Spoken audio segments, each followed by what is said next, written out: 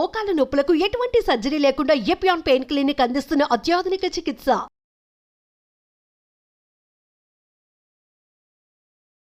ఆ పిజ్జా కావాలి, ఆ బర్గర్ కావాలి, వాడిచ్చే ఐస్ క్రీమ్ కావాలి అని తిని రోగగ్రస్తులమై భయమై డబ్బులంతా ఈ కంపెనీలకు ఇస్తున్నాం. ఎందుకు మనకు రోగాలు వస్తున్నాయని ఎవ్వరు మీకు విశ్లేషణ చెప్పకపోవడం వల్ల ఈ అనాహుతం జరుగుతుంది. నేను 20 సంవత్సరాల నుంచి అన్ని చోట్ల చెప్పుకుంటూనే వస్తున్నాను. వందల వేల మంది బాగు చేసుకుంటున్నారు. నా దగ్గరికి ఎవరు రావాల్సిన అవసరం లేదు. అన్ని విషయాలు వివరంగా ఆ పుస్తకంలో రాస్తే ఆదరణ వాళ్ళు ప్రింట్ చేసి మీ అందరికీ ఇస్తున్నారు. PDF is free. మీరు ఒక నెంబర్కి ఫోన్ చేయండి. ఆ నెంబర్ ఎవరిది సార్? ఆ నెంబర్ అక్కడ బోర్డు మీద వేస్తారు. ఆ నెంబర్కి మీరు ఫోన్ చేస్తే మీ స్మార్ట్ ఫోన్కి PDF కాపీ ఫ్రీగా వస్తుంది. ఇప్పుడు నేను మాట్లాడిన విషయాలు, ఏ కషాయాలు ఎప్పుడు తాగాలి, ఎలా తాగాలి, IBSకి ఏం కషాయము, నరాల దౌర్బల్యానికి ఏం కషాయము, ఫిట్స్కి ఏమి కషాయము, బ్రెయిన్ ట్యూమర్కి ఏమి కషాయము, గర్భకోశం గడ్డలకి ఏమి కషాయము, ఊబకాయానికి ఏమి కషాయము, సన్నగా ఉన్న వాళ్ళు లావు అయ్యేదానికి ఏమిటి, లావుగా ఉన్న వాళ్ళు సన్నగా అయ్యేది ఏమిటి, ఇలాంటివన్నిటినీ వివరంగా ఎప్పుడు ఏ కషాయాలు తాగాలి అని చెప్పి అందులో వివరంగా రాశారు. సో మీరు ఆ పుస్తకం చదివితే చాలు, అన్నీ వివరంగా దొరుకుతాయి. మీరేమీ కంగారు పడాల్సిన అవసరం లేదు. మీకు ఏ రోగం ఉన్నా కానీ అందులో రాసేశారు. We have been doing this for the last 15 years. So మొత్తం దాదాపుగా 60 రకాల సందర్భాలకు, సన్నివేశాలకు కావలసిన కషాయాలు అన్నీ రాసేశారు. ఇంత ఏమీ అవసరం లేదు. మీకు ఏ రోగమన్నా ఉన్ని, డజంట్ మ్యాటర్. మీరు ఈ 5 సిరిధాన్యాల్ని 2 రోజులకు ఒకసారి మార్చి భోజనం చేయండి. అంటే 2 రోజులు అరికలు తినాలి, 2 రోజులు సామెలు తినాలి, 2 రోజులు ఊదులు తినాలి, 2 రోజులు అండుకూరలు, 2 రోజులు కూరలు, మళ్ళా సైకిల్. అలాగే కషాయాలు. ఈ రోగనిరోధక శక్తి మీకు కావాలంటే ఈ వ్యాక్సిన్లు ఇవి అవి ఏం పనిచేయవు, ఏమీ పనిచేయవు. మీకు పనిచేసేది ఈ 7 కషాయాలు చెప్తాను, పుస్తకంలో రాశారు. గరిక, తులసి, తిప్పతీగ, బిల్వం, కానుగ, వేప, రావి. ఈ 7 ఆకుల కషాయాల్ని 4 రోజులు, గరిక 4 రోజులు, తిప్పతీగ 4 రోజులు, తులసి 4 రోజులు, బిల్వం 4 రోజులు, కానుగ 4 రోజులు, 4 రోజులు వేప, 4 రోజులు రావి కషాయాలు తాగితే మీకు 2 సంవత్సరాలు డెంగ్యూ రాదు, పంగు రాదు, H5 రాదు, N1 రాదు, పంగు, జింక, పుంక, నీఫా, గీఫా, ఈ రోగాలన్నీ మీ దగ్గరికి రానే రావు, గ్యారంటీ. దీనికి ఏమైనా ఖర్చు పెట్టాలా మీరు? కానగాకు దొరుకుతుంది, తిప్పతీగ దొరుకుతుంది, వేపాకు దొరుకుతుంది, రావేకు దొరుకుతుంది, ఇంకా అన్ని చోట్ల నేను చెప్పేటివన్నీ దొరుకుతూనే ఉన్నాయి. మన అదృష్టం. ఒక్క పైసా ఒక్కరూ ఖర్చు పెట్టాల్సిన పని లేదు. ఆకులు తెచ్చుకోండి, బాగా కడగండి. ఏ దానిలతో కడుగుతారు, ఏ నీళ్ళతో కడుగుతారో? RO వాటర్తో కడగండి. రాగి ప్లేట్ ఉంచిన మట్టి కుండలో ఉన్న నీళ్ళతో కడగండి, స్ట్రక్చర్డ్ వాటర్తో కడగండి. అర్థమైందా? ఆ నీళ్ళతో కడిగి ఆ నీళ్ళతోనే కషాయం చేసుకొని, కావాలంటే తాటి బెల్లం, చెరుకు బెల్లం వేసుకోవద్దండి, గ్లూకోజ్ ఎక్కువ ఉంటుంది. తాటి బెల్లంలో ఫ్రక్టోజ్ ఎక్కువ ఉంటుంది, ఏమీ ఇబ్బంది లేదు. పిల్లలకి బెల్లం కొద్దిగా వేసి కషాయం తాపించండి. 9 నెలల పాప నుంచి 108 సంవత్సరాల ముసలి వాళ్ళు కూడాను కషాయాలు తాగొచ్చు, ఏమీ ఇబ్బంది లేదు. అదే ఆడవాళ్ళు అయితే గోంగూర కషాయం రామబాణం. మీకు ఏమీ తోచట్లేదనుకోండి, గోంగూర ఆకు తెచ్చుకొని 4 ఆకులు ఉడకపెట్టుకొని 2 నిమిషాలు కషాయం చేసుకొని తాగండి. టీవీ చూడకండి, టీవీ చూస్తూను తాగొచ్చు. గోంగూర కషాయం అయితే మీకు టీవీ చూడకుండా చేస్తుంది. మీకు ప్రజ్ఞ ఎక్కువ అవుతుంది, రోగనిరోధక శక్తి ఎక్కువ అవుతుంది, అద్భుతమైన రక్తహీనత నుంచి దూరంగా వచ్చేసేదానికి వీలవుతుంది, వైట్ డిశ్చార్జ్ తక్కువ అవుతుంది. ఇలాంటి మీ సమస్యలన్నీ 99% గోంగూర కషాయంతో మాయమైపోతాయి. సో వారానికి 2 రోజులు, లేకపోతే 2 వారాలు గోంగూర కషాయం, 2 వారాలు కొత్తిమీర కషాయము, 2 వారాలు రావి ఆకు కషాయం తాగితే చాలు, ఆడవాళ్ళకి ప్రాబ్లమ్స్ అన్నీ మాయమైపోవడం మొదలుపెడతాయి. ఇంత సింపుల్గా ఉంది విషయం. ఇన్ఫ్యాక్ట్ ఇంత సింపుల్గా ఉందని నేను చెప్పేది ఎవరు నమ్మరు. మొదలు అందరూ అలాగనే వాళ్ళు. ఇన్ఫాక్ట్ ఒక డాక్టర్ లేచి నేను 2 గంటలు లెక్చర్ ఇచ్చిన తర్వాత, ఈజ్ దట్ సో సింపుల్ అన్నాడు. I said it is much simpler. 2 గంటలు అవసరం లేదు, 2 వాక్యాల్లో చెప్తాను నేను. 2 వాక్యాలు. రోజుకు 1 గంట నడవండి. వీలైతే పొద్దున 15 నిమిషాలు, సాయంకాలం 15 నిమిషాలు. ఇంత అద్భుతమైన పదార్థాలని ఇప్పటికీ ఇస్తున్నాడు దేవుడు. ఇన్ని పాపాలు చేసినా మనము ఆ దేవుణ్ణి ఒక 15 నిమిషాలు పొద్దున్న లేచి ధ్యానం చేయండి. సాయంకాలం పడుకునే ముందు ఒక 15 నిమిషాలు ధ్యానం చేయండి.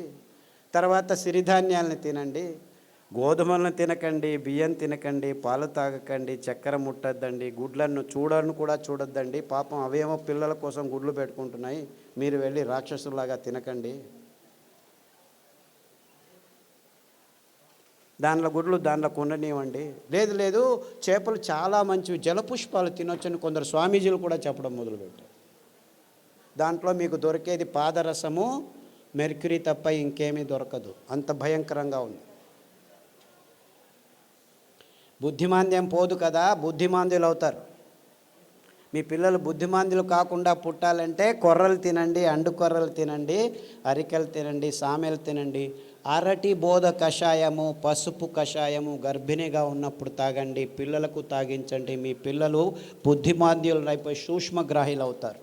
ఇన్ఫ్యాక్ట్ ఫిట్స్ వచ్చి కత్తి చాకు తీసుకొని చంపేస్తాననే పిల్లవాడు, ఆ తల్లిదండ్రులు కత్తి చాకు తీసుకొని చంపేదానికి పోయే పిల్లవాడు పసుపు కషాయము, రావి ఆకు కషాయము, శొంఠి కషాయం తాగిపించి అండు కొర్రలు తినిపించడం మొదలు పెడితే ఇప్పటికి 12 సంవత్సరాలైంది. 10వ తరగతి ఫస్ట్ క్లాస్లో పాస్ అయ్యాడు. ఇలా 100 కేసులు ఉన్నాయి. అంటే ఫిట్స్ కోసమని టెగ్రిటాలు, వాల్ప్రోయిక్ యాసిడ్, ఫ్రిజియం ఇవ్వడం మొదలు పెడతారు పిల్లలకి. ఆ మందులు తీసుకుంటూ పిల్లలు బుద్ధిమాంద్యులు అయిపోతారు. ఫిట్స్ రావు అని చెప్తారు, అయినా వస్తూనే ఉంటాయన్నమాట. అలాంటి వాళ్ళందరికీ కొర్రలు, అండు కొర్రలు తినిపించి ఈ కషాయాలు తాగిపిస్తే 6 నెలల్లో ట్యాబ్లెట్లు మెల్లిమెల్లిగా ఆపు చేసి ఇప్పుడు హ్యాపీగా ఇంట్లో అందరికీ సహాయం చేసుకుంటూ బాగా నడుస్తూ ఏ ఇబ్బంది లేకుండా మాట్లాడటం తెలియని వాళ్ళు కూడా మాట్లాడడం మొదలుపెట్టారు. అది 15 సంవత్సరాలు 20 సంవత్సరాల తర్వాత. అంతవరకు మాటలు అనేది తెలియని పిల్లలు కూడాను ఇప్పుడు మాటలు నేర్చుకుంటున్నారు. ఇలాంటి అద్భుతమైన విషయాలు ఈ ధాన్యాల్లో, ఈ కషాయాల్లో ఉన్నాయని చెప్పేదానికి నాకు చాలా చాలా సంతోషంగా ఉంది. అర్థమవుతుందా? It's very simple, very simple. ఇంత సరళమైన అద్భుతమైన ఆరోగ్య రహదారిని మేము నిర్మించాం. ఇంకా బాకీ ఉంది ఏమిటి? మీరందరూ అందులో నడవటం మాత్రమే. అంతే. అందరికీ ఆహ్వానం, ఆరోగ్య రహదారిలో నడవండి అని మా విన్నపంతో మీ అందరికీ వందనాలు. సిరిధాన్యాలు తింటే అరగట్లేదు అని దీనికి 2 కారణాలు ఉన్నాయి. మీరు పొద్దున్న సిరిధాన్యం ఇడ్లీలు తింటే రాత్రి వరకు ఆకలి కాదు. మీరు అనుకుంటున్నారు ఈ బియ్యం తిని 2 గంటలకే ఆకలి అవుతుంది కదా, సో అది బాగా అరుగుతుంది అనుకుంటున్నారు. అలా కాదు. ఇది సిరిధాన్యాలు తింటే మీకు ఎంత కావాలో అంత గ్లూకోజ్ అందుతూ ఉండటం వల్ల మీకు ఆకలి కాదు. అంటే అది జీర్ణం కావట్లేదని కాదు మీకు అర్థం. అందరికీ ప్రాబ్లం అది. అంతేకాకుండా మీరు సిరిధాన్యాల్ని బియ్యంలాగే కుక్కర్లో వేసి పుస్ అని 4 కూగులు కూగించేస్తే రాదనమాట. అది ఉడకదు. రాత్రి నానబెట్టి పొద్దున ఉడకబెట్టుకోవాలి. కనీసం 3 గంటల నుంచి 6 గంటలు నానబెట్టాలన్నమాట. నానబెట్టి వండితే ఆ ధాన్యం తింటే మీరు హ్యాపీగా ఫీల్ అవుతారు, ఆరోగ్యంగా ఉంటుంది. సిరిధాన్యాలు చిన్న పిల్లలు, 9 నెలల పిల్లలు కూడాను జీర్ణించుకోగలరు, ఏమీ ఇబ్బంది లేదు. కానీ మీరు వంట వండే విధానంలో మార్పు రావాలి. నానబెట్టి వంట చేయాలి. హలో సార్, మేము dialysis patient. Kidney infection. Hello, కిడ్నీలో చాలా రకాలైన ఇబ్బందులు ఉన్నాయి. ఒకటి, కిడ్నీలో రాళ్ళు రావటం, కిడ్నీ నుంచి యూరిక్ యాసిడ్ ఎక్కువ ఉండటం, క్రియాటినిన్ ఎక్కువ కావటం, డయాలసిస్కి పోవటం ఇలాంటివి. తర్వాత ప్రోటీన్లు ఎక్కువ కారటం, లావుగా ఉండిపోవడం, ముఖంలో వాపు రావటం, ఇవన్నీ కిడ్నీకి సంబంధించిన రోగాలు. కాలు కూడా ఇంత లావు నీళ్లు ఊరుకోవడం, ఇవన్నీ ఇబ్బందులకి చాలా సరళమైన పద్ధతి అరికెలు 3 రోజులు, సామెలు 3 రోజులు గంజి రూపంలో తాగాలి.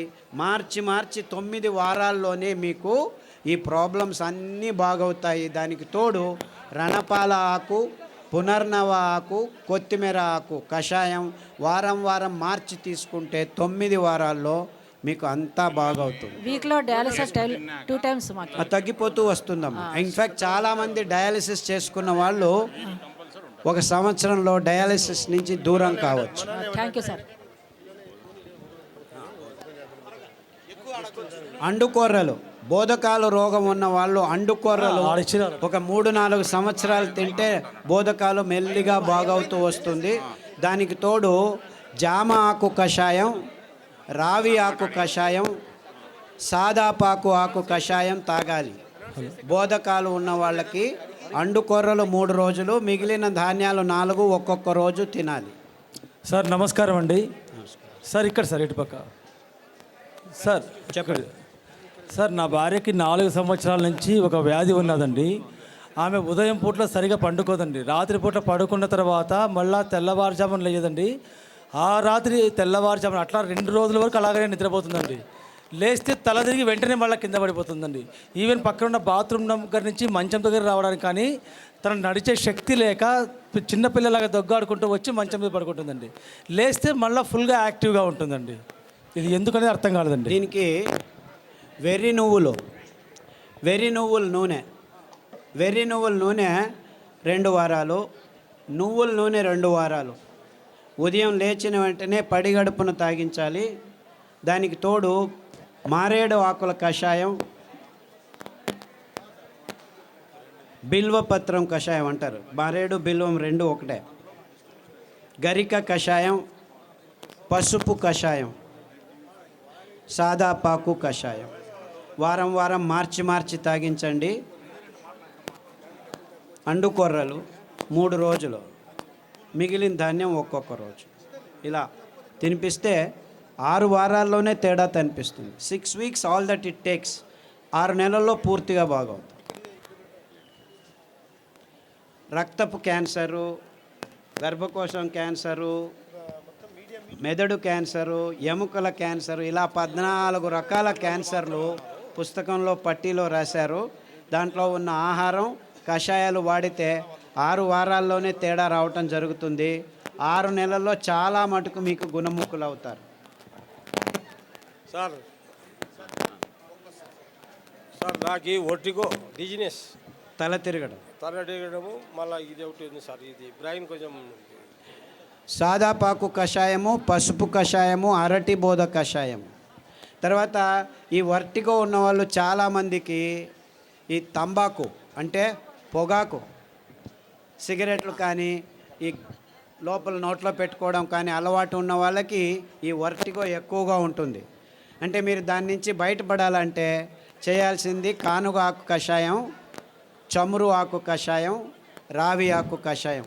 ఈ 3 కషాయాలని మార్చి తాగాలి. అరికలు, సామెలు ఎక్కువగా తినాలి. సార్ నమస్కారం sir. Prostate cancer, lung cancer. ఇప్పుడు ఏమైందంటే లంగ్లో క్యాన్సర్ వచ్చింది, రేడియోథెరపీ, కీమోథెరపీ తీసుకుంటారు, అక్కడికి ఆగదు, ప్రోస్టేట్కి వస్తుంది. ప్రోస్టేట్ తీసుకుంటే ఎముకలకు వస్తుంది. అంటే ఇది క్యాన్సరు ఇక్కడుంది, అక్కడుంది అని కాదు. క్యాన్సర్ మొత్తం దేహంలో ఉంది, ఒక్కొక్కసారి ఒక్కొక్క చోట బయటపడుతుంది అని అది అర్థం చేసుకోవాలి. కాబట్టి అన్ని క్యాన్సర్లకు మూలం ఒకటే. అందువల్ల మీరు పారిజాతము, రావి ఆకు, జామ ఆకు కషాయాలు అన్ని క్యాన్సర్లకు బేస్గా ఉండాలి. ఈ 5 ధాన్యాలని 2 రోజులు తినడం మొదలు పెట్టండి. 6 వారాల నుంచి 6 నెలల్లో మీకు గుణముఖుడవడం మొదలు పెడతారు. 2 సంవత్సరాల్లో పూర్తి క్యాన్సర్ మీ దేహం నుంచి బయటపడిపోతుంది. ఏమీ ఇబ్బందులు ఉండకుండా జరుగుతుంది. బ్రెయిన్ స్ట్రెంగ్తింగ్ చేసి అదే చెప్పాను కదా, సదాగా సాదాపాకు, పసుపు కషాయాలన్నీ ఈ నర దౌర్బల్యానికి జరిగినదానికి. తర్వాత నువ్వుల నూనె, వెర్రి నువ్వుల నూనె తాగండి. ఐబిఎస్ పుస్తకంలో రాసాము. ఐబిఎస్, క్రాన్స్ డిసీజు, కొల్లైటిస్ ఇవన్నీను లిస్ట్ చేశాము. పుస్తకంలో పట్టీలో ఉంది, గమనించి వాడండి. నమస్కారం సార్. సార్ నమస్కారం సార్. సార్ పాలు కాకుండా పాల ఉత్పత్తులు పెరుగు మజ్జిగ పాలు లాక్టోబాసిల్లస్ తోడుకు పెరుగుకు వేసుకుంటే అందులో ఉన్న కెమికల్స్ అన్నీ నిర్నామం అయిపోతాయి ఫర్మెంటేషన్ వల్ల.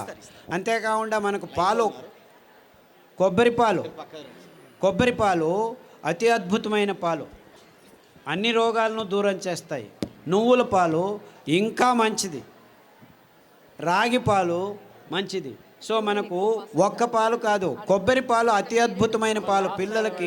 పిల్లల రోగాలన్నీ దూరం అయిపోతాయి, రోగనిరోధక శక్తి ఎక్కువ అవుతుంది, జీర్ణశక్తి బాగుంటుంది, మెదడు రోగాలు రాకుండా ఉంటాయి.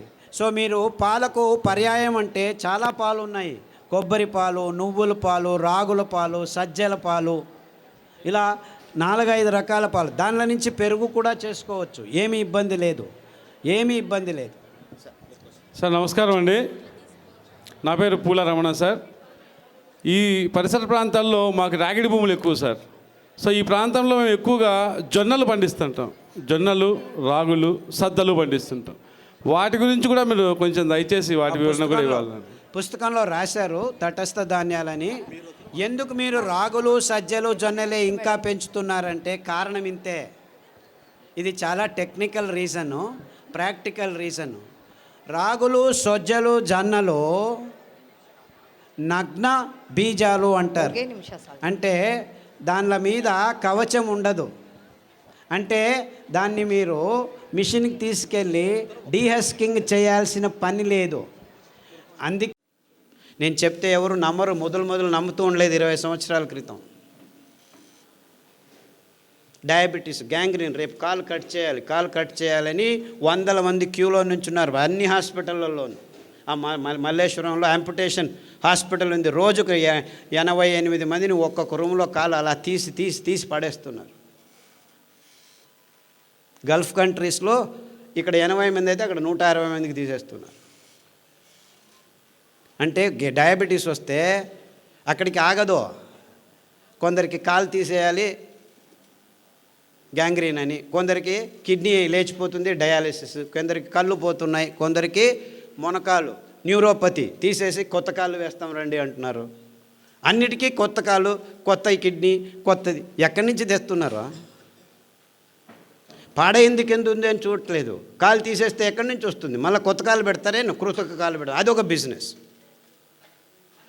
పొద్దున టూత్ పేస్ట్లో నుంచి మొదలు పెడితే కాఫీలు, ఇడ్లీలు, దోశలు, పూరీలు, పుల్కాలు, ఇవన్నీ మీరు నోట్లో వేసుకున్న 100 గ్రాములు బియ్యం పిండి నుంచి 35 గ్రాములు గ్లూకోజు 15 నిమిషాల్లో రక్తంలోకి వచ్చేస్తుంది. 15 minutes, that's all it takes. గోధుమ పిండి వేసుకుంటే ఇంకా ముందు వచ్చేస్తుంది. 100 గ్రాములు పూరీలు కానీ, పుల్కాలు కానీ, డ్రై పుల్కా తింటున్నాం మేము, ఆయిల్ మంచిది కాదు. డ్రై పుల్కా తిన్నా అంతే, నూనె వేసుకొని పుల్కా తిన్నా అంతే 35 గ్రాములు మీ రక్తంలోకి వచ్చేస్తుంది. మొత్తం టిఫిన్ అయ్యే లోపల 45 గ్రాములు కాఫీలు, టీలు అంతా చేరితే 50 గ్రాములు గ్లూకోజ్ పొద్దున 10 గంటలకే మీ దేహంలోకి వచ్చేసింది.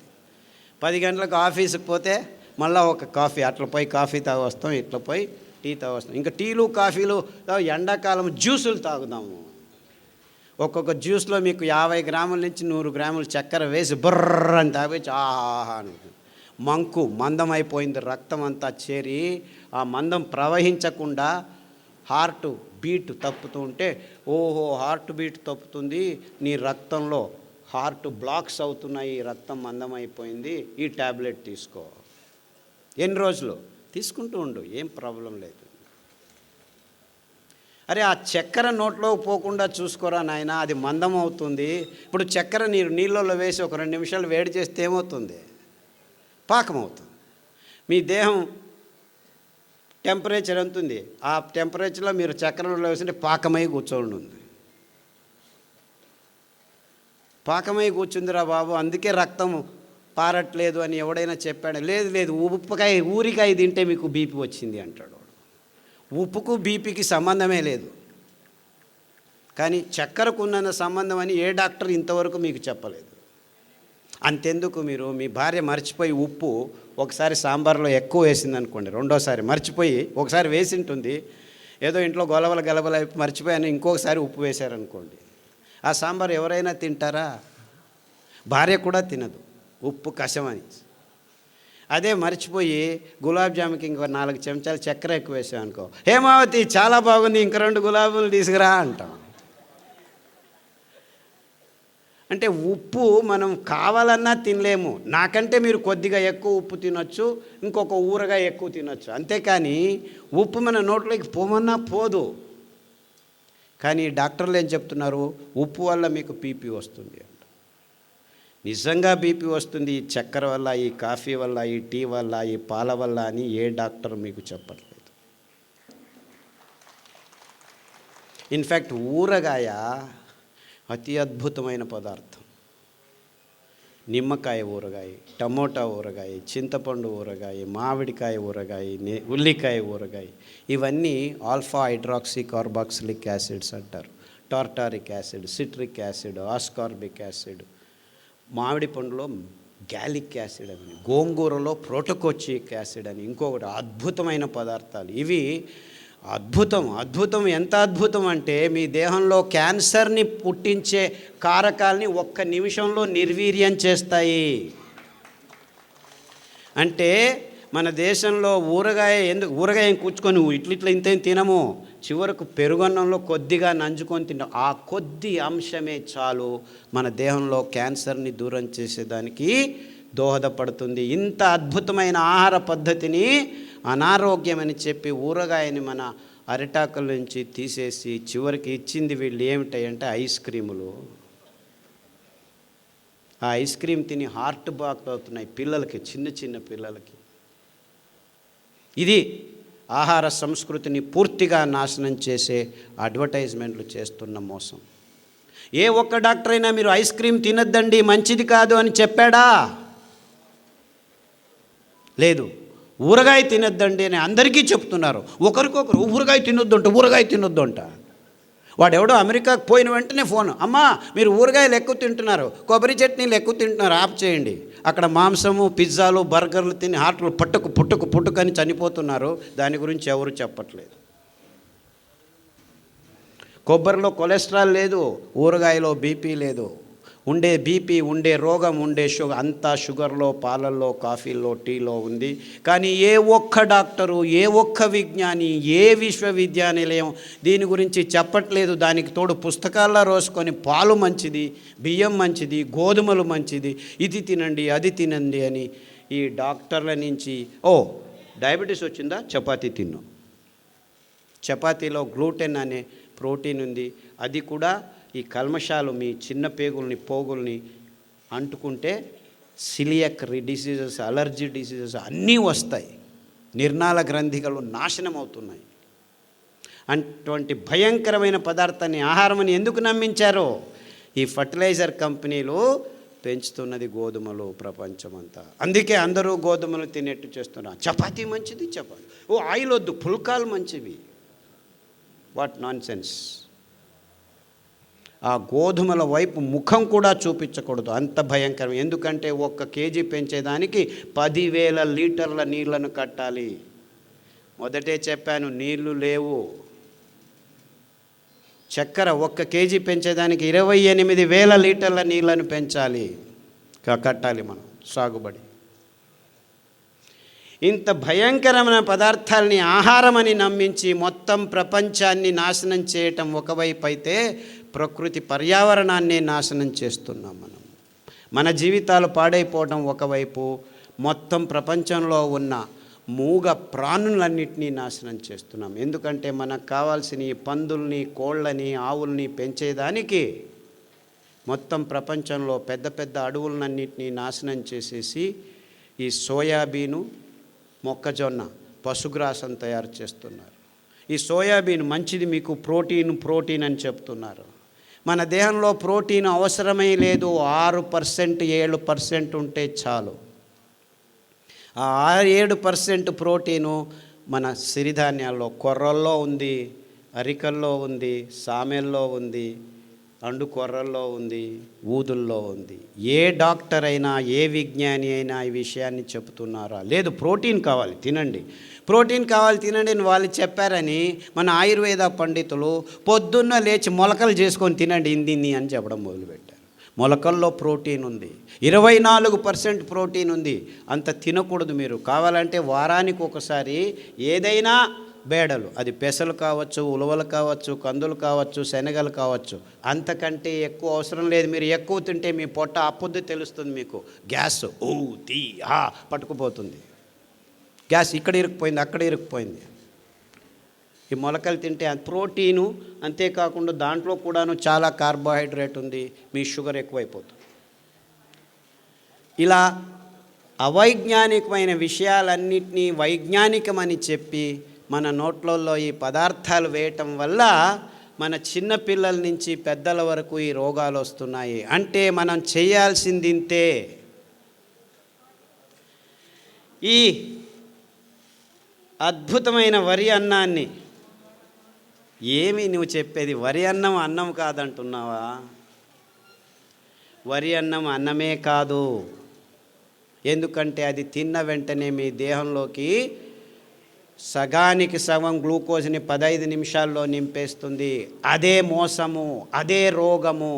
ఆ గ్లూకోజ్ను నిభాయించుకునేదానికి రక్తంలో కాలేయము, ప్లీహము, ఇంకా వేరే వేరే నిర్నాళ గ్రంథులన్నీ చేరి ఇది ఎక్కువైపోయిందని గ్లైకోజన్ తయారు చేస్తుంది, కొలెస్ట్రాల్ తయారు చేస్తుంది, ట్రైగ్లిసరైడ్స్ తయారు చేస్తుంది, రుమాటిక్ ఫ్యాక్టర్ తయారు చేస్తుంది, కొవ్వు తయారు చేస్తుంది, మాంసం తయారు చేస్తుంది. అందరూ ఈ బాతు ఆ బాతు తినుకొని బాతుకొంబుట్టిదారే అంటారు కన్నడದಲ್ಲಿ. బాతుకోవడం అంటే లావు కావడం అని. సో ఇప్పుడు చిన్న చిన్న పిల్లలు 80 కేజీలు 90 కేజీలు తూగుతున్నారు. ఈ బిస్కెట్లు, చాక్లెట్లు, కాఫీలు, టీలు, నూడిల్స్, పిజ్జాలు, బర్గర్లు, గోబీలు, మంచూరీలు తిని తిని తిని చిన్న చిన్న పిల్లలు. మొన్న ఒక అబ్బాయి వచ్చాడు, 128 కేజీలు, 16 సంవత్సరాలు. అమెరికాలో obesity is a big problem. Obesity అంటే ఊబకాయింపు, పేరు పెట్టేశారు దానికి. అరే ఎందుకయ్యా ఇలా హూ అని ఊపిపోతున్నారు, గాలి ఊపినట్టు? అంటే మీరు తింటున్న పదార్థాలని ఎవరు చెప్పట్లేదు. డయట్ చేయండి, డయట్ చేయండి. సో అంతా ఒకేసారి తినద్దు, 2 గంటలకు ఒకసారి తిను, 6 గంటలకు తిను, 8 గంటలకు తిను, 9 గంటలకు తిను, 12 గంటలకు తిను. తినడమే పని, ఇంకేమీ పని లేదు మనకి. ఇది డాక్టర్లు చెప్పేది మీకు. ఏంది 2 గంటలకు తింటూ ఉండని చెప్తున్నాడు ఈ డాక్టర్. అది ఎంత వైజ్ఞానికము! ఇంకేం పని లేదా ప్రజలకి? 2 గంటలకు తినడం అంటే ఇంకేం లేదు, చేస్తూ ఉన్నాడు. మీరేమీ చేయొద్దండి, మేము రెడీ చేస్తాము ప్యాకెట్లలో, ఎంటీఆర్, మయ్యా, ఇది అది రెడీమేడు, ఆన్లైన్ చేయండి, ఆర్డర్ చేయండి, ఇంటికి తెచ్చిస్తాము. చూసారా, వంటింటిని మెల్లిగా వాణిజ్యకరణం, ఆహార పదార్థాలని వాణిజ్యకరం చేశారు. మీరు ఇంట్లో వంట చేసుకొని తినడం కూడా వాళ్ళకి ఇష్టం లేదు. ఎందుకంటే ఇంకా అనారోగ్యాన్ని ఇంకా వేగంగా మీ దేహంలోకి రావాలంటే ఇంకా కెమికల్స్ను వాడి ఈ ప్యాకెట్లలో మీరు తాగే కప్పులు, తినే ఇవన్నింటినీ ప్లాస్టిక్ కోటింగ్ చేసేసి మీకు అనుకూలం అనుకొని హైజీన్ అంటే పర్సనల్ హైజీన్, ప్లాస్టిక్ బాటిళ్ళలో నీళ్లు పెళ్ళిళ్ళలో పెడుతున్నారు. ముందు ఏం చేసేవాళ్ళం? లోటా తీసుకో, ఎత్తుకొని నీళ్ళు తాగు అని ఒకడు చెంబు తీసుకొని, రాగి చెంబు తీసుకొని నీళ్లు పోసేవాడు. అంటే నీళ్లు పారుతూ ఉంటే స్ట్రక్చర్గా ఉంటుంది. తామ్ರದ ఫలకంలో, రాగి ప్లేట్లో ఉంటేను స్ట్రక్చర్ అయిపోతుంది. కారణం ఇంతే. రాగి ప్లేట్ మీద డి ఆర్బిటల్ ఎలక్ట్రాన్స్ ఫ్రీగా మూవ్ అవుతుంటాయి, నీళ్లను స్ట్రక్చర్ చేస్తాయి. పారుతుంటే జలపాతాల్లో, నదుల్లో నీళ్లు పారుతుంటే ఆ ఎనర్జీ ఆక్సిజన్ను, హైడ్రోజన్ని స్ట్రక్చర్ చేస్తుంది. ఆ ఎనర్జీ నీళ్లు నింపినప్పుడు కూడాను స్పృశిస్తూ ఉండేది రాగి ఫలకం మాత్రమే. అందుకే మన సాధు పుంగవులు, మునులు ఎక్కడికి వెళ్ళినా రాగి కమండలం తీసుకెళ్లేవాళ్ళు. కోపం వచ్చినా, ఇష్టమైన, శాపం ఇవ్వాలన్నా, వరం ఇవ్వాలన్నా ఆ నీళ్ళనే తీసుకొని నీ దేహం మీద వేసేవాళ్ళు. అంటే నీ దేహంలోనూ 75% నీళ్లు ఉంది, ఆ స్ట్రక్చర్డ్ వాటర్. అందుకే మీరు పాప వినాశం, ఆ జలపాతం మీద కూర్చుంటే పాపాలన్నీ బాగా అయిపోతాయి, గంగలో మునిగితే పాపం నాశనం అయిందంటే ఆ పారుతున్న నీళ్ళల్లో మీ దేహం 10 నిమిషాలు ఉంటే మీ దేహంలో ఉన్న రక్తము అన్నీ నీటి అంశమే కాబట్టి స్ట్రక్చర్డ్ అయిపోతే కల్మషాలన్నీ పోయి మీరు బయటికి లేస్తే చైతన్యవంతులైనట్టు అనుభూతి జరిగేది. అందుకే ఇంతే కారణం. వేల సంవత్సరాల నుంచి సంగమాల్లో పుష్కరాల్లో స్నానాలు చేయండి, మీకు ఇప్పుడు వెళ్ళి స్నానం చేయకండి, అంతా కలుషితం అయిపోయాయి. నిజమైన నీళ్ళు, పారుతున్న నీళ్ళల్లో, కొత్త నీళ్ళల్లో ఆ శక్తి, ఆ ఎనర్జీ, ఆ స్ట్రక్చర్డ్ వాటర్ వల్ల మీ దేహం పునీతమవుతుంది. అంతే ముందు వాళ్ళు చెప్పింది, ఇంకేమీ లేదు. రావి చెట్టు చుట్టూ ప్రదక్షిణలు చేయండి అని చెప్పింది ఇందుకే, మీ అసమతులనం బాగవుతుందని. ఇంతే. ఇవన్నీ బూటకం, ఇవన్నీ మూఢనమ్మకం అని మనల్ని నమ్మించి సైంటిస్టులు నిజమైన అద్భుతమైన పద్ధతుల్ని, క్రమాల్ని మన క్రమం నుంచి, జీవన క్రమం నుంచి తప్పించి అనారోగ్యకరమైన ఈ వైజ్ఞానికమని చెప్పి వాణిజ్యీకరణ అంశాలని మన జీవితాలకి జోడు చేసి అందరూ రోగులై సతమతమవుతుంటే మీ అయోమయ స్థితిని, మీ భయాన్ని డబ్బు చేసుకునే వ్యవస్థని సమాజం అంచెలంచెలుగా తయారు చేసింది అని చెప్పేదానికి నాకు ఏ సందేహము లేదు.